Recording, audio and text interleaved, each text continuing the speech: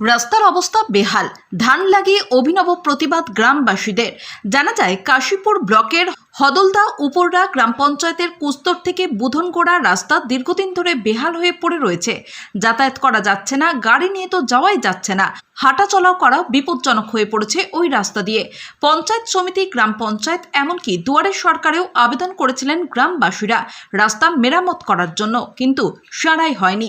বাধ্য হয়ে বৃহস্পতিবার বিকেল 3টের সময় ওই বেহাল রাস্তায় ধান লাগিয়ে প্রতিবাদ জানান গ্রামবাসীরা। আজকের প্রতিবেদনে সেই চিত্রই তুলে ধরা হলো। বারবার গাড়ি ঘোড়া যাচ্ছে, অ্যাক্সিডেন্ট হচ্ছে, এটা তো আমাদের দেখতে খারাপ লাগছে। তার থেকে যদি ধান ফান লাগাই দিই তো কি হবে, যে এটা একটা কোনো অ্যাক্সিডেন্ট হবে না, বা এটা আটক হয়ে রয়ে গেল। আচ্ছা, এদিকে কি গ্রাম আছে? এদিকে একটা গ্রাম আছে বলছে আদিবাসী পাড়া বুধনগড়া, বা কুস্তরের এই কুস্তরি থেকে যাচ্ছে মেন রোড একটা বুধনগড়াতে।